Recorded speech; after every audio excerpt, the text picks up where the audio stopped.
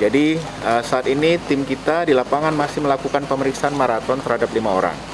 Jadi ada beberapa perkembangan yang kita dapat bahwa salah satu motif yang kita duga itu adalah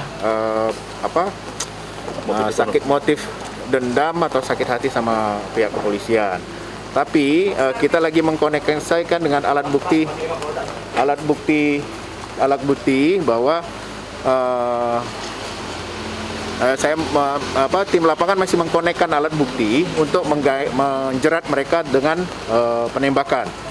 Jadi motif mereka terkait ekonomi. Jadi mereka dulu pernah beberapa minggu sebelumnya, 1 minggu sebelumnya, kelompok ini melakukan tindak pidana, ya, merampok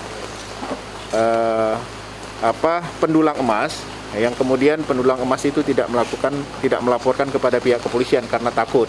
Tetapi pendulang emas ini tahu ciri-ciri pelaku karena mereka ya orang-orang sekitar situ juga. Jadi walaupun mereka pakai zebo atau masyarakat mengenali sosok orang-orang itu.